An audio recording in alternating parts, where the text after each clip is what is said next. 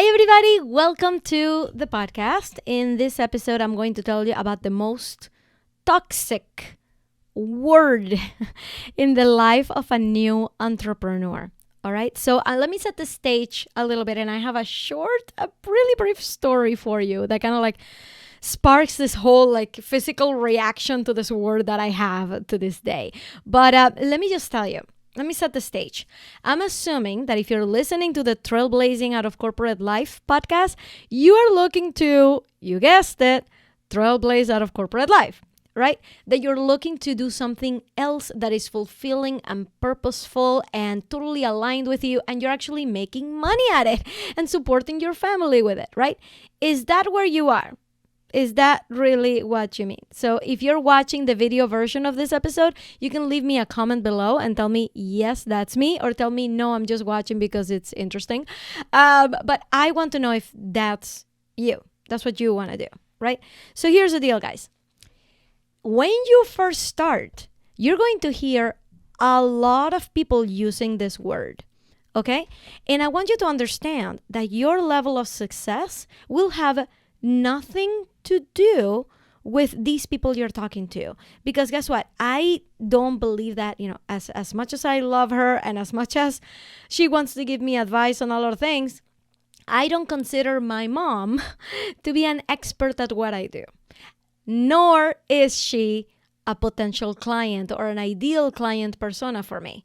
So when she sees what I do, when she sees what my prices are, right? When she sees what I'm putting out there online, it's really hard for her to understand exactly how one can make a living doing what I do, right? And what do? I help people like you who are professionals in their career and they kick ass at it, by the way, like people who are super smart and resourceful. I want them to start a side business, or they want to start a side business. I just help them how to do it right?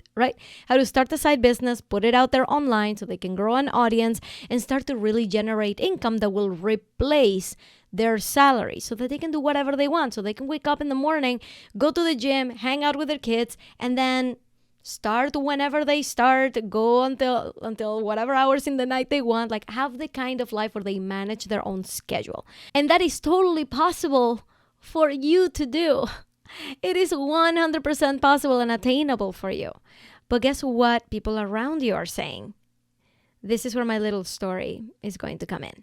When I first started my business, I had been a software project manager for a long time, for 15 years about. And in the last job that I had, actually in the 2 jobs prior that I had, I was working with this guy whom I loved.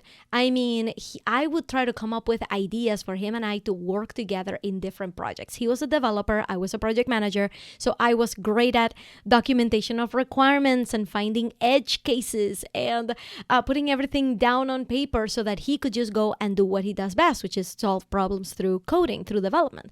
And I would think of ideas and I would run them by him. He's like, yeah, it sounds interesting, but like, I'm not gonna spend my time doing that, right? Like I could never actually get him to agree to work with me.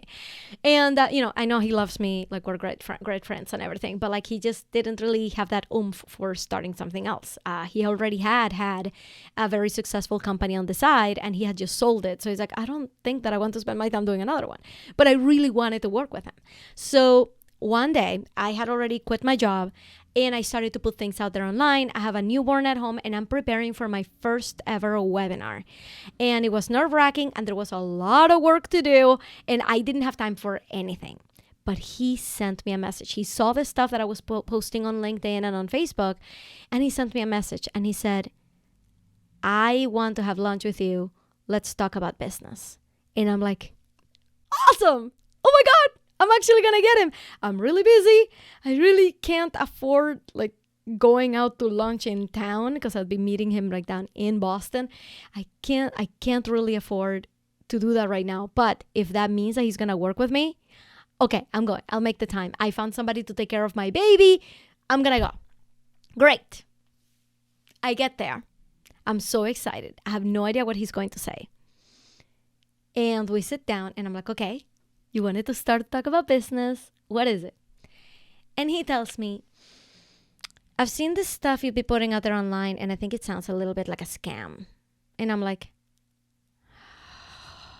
It's that kind of conversation, right? Like, I'm already being talked to about other people in my family, right? Like, what is that you're doing? We don't understand it. And now my really good friend is on the same boat, has no idea what I do, says it sounds like a scam to him. And now I'm here to basically nurse him through this, to basically talk to him about how this is not a scam. I actually have a product I'm going to be selling. Like, people need what I have. Like, don't like, like, you don't understand it because you're not my ideal client. You guys want to know what he said? He said, yeah, but if I was your ideal client, would I buy your product? So he thought he was being helpful by giving me a red flag, by telling me, hey, what you're doing doesn't sound like a real thing. You are going down this rabbit hole. It sounds like a pyramid scheme, and I'm your friend and I want to save you from it. Here's the deal, guys. A lot of the things that we do as entrepreneurs don't follow the same rules that other people follow in their lives, right?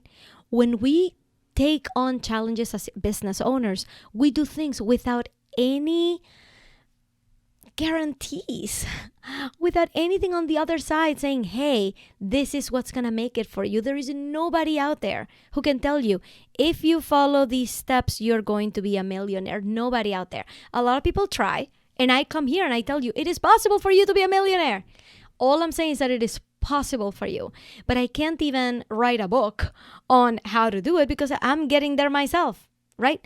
All I need you to believe is that it is possible. So when you're dealing with people in your life who don't believe it's possible, what does that do, right? How do you react to it? How do you react to it? How do you respond to them in a way that is kind and understanding, but also get off my back about it? Because if you're anything like me, you have people who are very smart telling you that what you're doing doesn't sound right. So why would you not listen to them, right? You got to have a really strong reason to say, well, I can't take your advice right now. And that's really hard to do.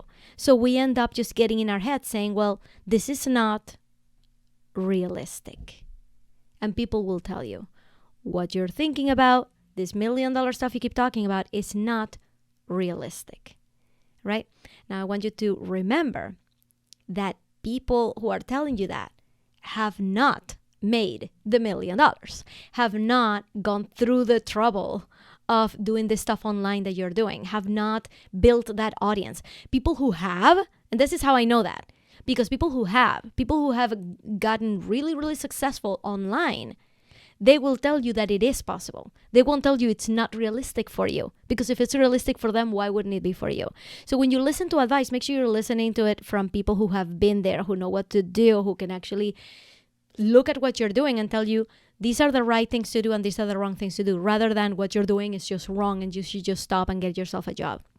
So that word, realistic, it's like a virus. It's like a virus that attaches itself to your brain. And you keep telling yourself, well, if I'm so smart, why am I not listening to good advice? They say it's not realistic.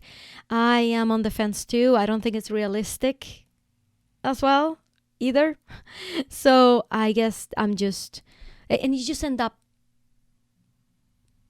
pushing yourself down, putting yourself down for no reason other than somebody else who has no idea about the stuff you're doing or who you're listening to advice from or what your vision is or where you're going. They have no idea. They're just telling you, hey, getting a job is a little safer. So you gotta consider the source of the advice that you get. But that word, realistic, I really try my hardest never to say that word, because I don't want anybody to believe that I'm giving them in absolute terms that what they're doing is wrong or that it doesn't have potential. So I'm going to tell you something that happened very recently in my life that has been incredible. It is that I was featured on the Staples newly branded staplesconnect.com website. I am the face of the podcasting tutorial for Staples. How did that happen? Only, and I'm going to tell you right now, only by taking steps that had no guarantee and a lot of risk behind them. You guys know what I started doing? First of all, when I started my business, I had no idea where this was going to go, what my lead magnets were going to be, where my audience was going to be, how am I going to find them, how am I going to get clients, what am I charging them for, like what am I selling? I didn't know any of that. It took me a whole year to really figure out where I should be. It took me another year to do launches and to really start to build that audience and to give them something they needed and to actually start to get revenue for the stuff that I'm doing, right? I managed to triple my business revenue in 2019 from 2018, all right? Just by doing it right. And in 2020, I'm going to be tripling it again. That's my goal. That's how things happen, right? Just continue to improve. So at this point, I had no goal of being on anybody's website, right? It wasn't a thing. This is what I did. I wanted a lead generation activity, a lead generation offer that was going to be local, where I could go out and basically create my own stage and speak to people who are around here who want to start their own business. So I started teaching podcasting classes. I called it podcastingclassesinboston.com. Easy enough name to remember. That's exactly what people search for. I was surprised it wasn't taken and I took it. And I founded it. If you go to podcastingclassesinboston.com, that takes you to my website where I list all of my events. And I don't just list podcasting classes. I do any local event that I'm doing or any international event that I may do in the future is going to be posted on that site, podcastingclassesinboston.com, which you can also get to by going to inakoveny.com/events. And then from there is where things started to develop with Staples. Staples, they allowed me to teach the classes in their locations. They attended my classes. They loved my energy. They loved what I was doing. And they asked me when they started springing up all these podcasting studios in the area, they wanted someone to create a tutorial video. But before that, when I got this deal with them to teach podcasting classes in their location, they weren't paying me for it. I was charging $15 a person to come to the class, and Staples was simply providing the space. They just wanted to get people in the door. So that's what I was doing, and that's what they were doing for me. So to advertise my classes, I created videos. I went to Staples with my selfie stick and with my phone, and I recorded videos in Staples, which I posted on LinkedIn, and they went viral inside the Staples headquarters. They loved these videos. They're like, who is this person and where did she come from and why is she even doing this? So when it came time for them to advertise their podcasting studios, they thought it was a no-brainer to have me, somebody who's proven to have knowledge in this area and to be able to do this kind of fun videos, to go and just this time commission me for creating that video for them, which it did. And now I am basically going around telling everybody about it, right? I am using it to springboard my authority in this field, my online presence in 2020. All of that is coming because of these actions that I took that had no guarantee on the other side and a ton of risk. If somebody had asked me, are you sure that people who want to start a podcast are your ideal client? Maybe it's not realistic to believe that by teaching one class a week, you're going to get $1 million. Maybe that's not realistic. I couldn't think that way. In fact, every single time that somebody would tell me, well, don't you think that your goals are a little unrealistic? Don't you think that you're telling people something that is going to get their hopes up, but it's actually not going to turn out to be anything? You guys, look where all of that took me, and that's the kind of stuff that I want to impart in you. That's kind of the kind of knowledge, the kind of mindset shift that I want to impart on you, is that you never know what is around the corner, what is going to happen next, unless you put yourself out there in front of opportunities and you do things because they feel right, because you want to do them, because it helps people, and you continue to say yes to opportunities. That's all I can tell you. I can't tell you that if you go out and start to teach a local class that all of a sudden you're going to be on a major company's website. I can't tell you that. All I can tell you is that if you continue to do what you're good at, providing that service for people, doing it in a really creative way, in a way that serves others without having anything behind it, right? You know how many times people told me, Staples should be paying you for creating those videos on LinkedIn? They told me that. I'm like, no, I'm advertising my classes. This is not about them. If they paid me to do these videos, then it would be about Staples. It's not about my classes, right? So I'm like, no, I'm not going to go back to them and be like, hey, you should be paying me for this video, right? No, I was happy that they loved it so much that they would forward it on, that they would share it, that they shared it all internally, right? Because all I was doing was advertising my classes. That's all I wanted to do, right? So good things happen in due time, and they happen when they feel right, and they happen when all the cards align, right? All the stars align. But you gotta be there in the center of the action when the stars align. If the stars aligned and you were not there, then it was all for nothing. So this is what I have for you guys. The word realistic, you're going to erase it from your vocabulary, and you're not going to let other people use it against you, because it messes with your head. It really does.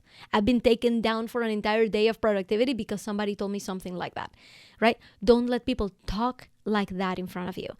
You guys have no idea how many conversations I've had with my own mother about the fact that, whenever I say like, this is what I'm planning on doing, she has an opinion that doesn't align with what I want to do, or doesn't, it just is a little bit critical. She feels like she's helping by giving me solid feedback, right? But consider the source. So I've had to tell her, you can't talk to me that way.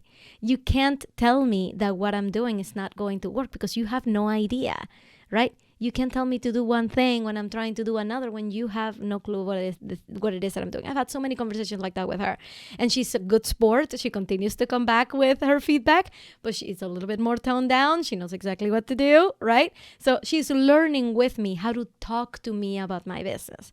But if I was never honest with her and told her, I just can't take that from you, I can't think that way. I've had friends ask me, what would happen if this failed? What is your plan B? And my answer to them is like, I'm sorry, I can't answer that question.